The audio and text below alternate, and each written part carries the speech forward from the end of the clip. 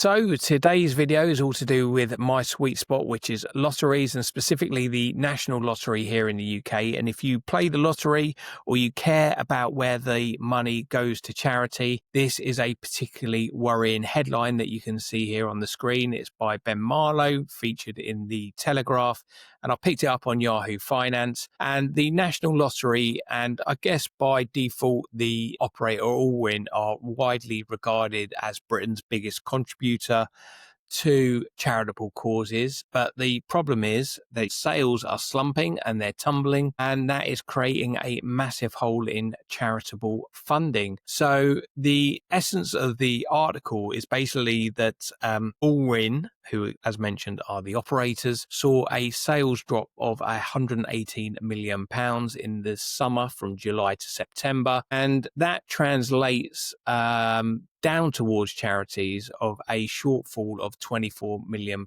less than the previous 3 months or the previous quarter. So that is a massive shortfall of funding for organisations that depend on this critical line of money to help them survive. And it's easy to talk about charities and just wrap them up in that charitable label. But when you look at what sort of charities there are in the UK, you've got stuff that looks after healthcare, that looks after research, education, the environment, homelessness, veteran support, mental health. All of these charities rely on this money, and it impacts not only on communities and the UK in itself, but also on individuals and families that we all know. And this is where it gets a little bit worrying, when these charities are in danger of closing because of the promised pipeline of money that is not coming through. And it's something that has been challenged previously by Allwyn.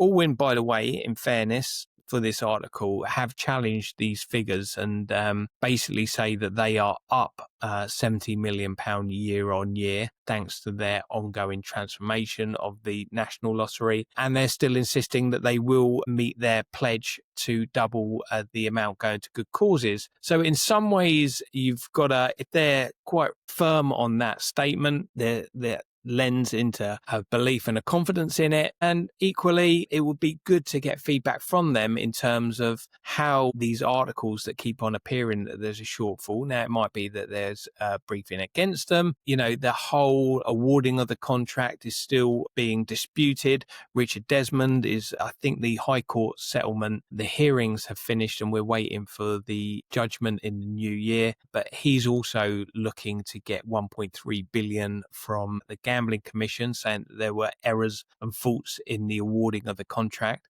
So all of this is a very messy field. And at the end of the chain is the charities, and I bring it back to the charities. And I just really hope that once all of the parading and the battles and the arguments and the briefings and the articles and the information that is getting leaked out there, I just really do hope that the money does end up to the charities, because essentially the lottery has been a fantastic example of charitable good, ethical gambling, and being a net positive for society in the UK. And I do hope to see that Allwyn can turn it around, that we can get evidence that this is nothing to worry about from the charitable end, but it doesn't look too clever. It'd be great to get your thoughts, whether you think the money is actually there. Are people playing the lottery as much as they had hoped for? Are they playing it in different ways? Is this casino like instant win and scratch card the future, or is it possibly opening up to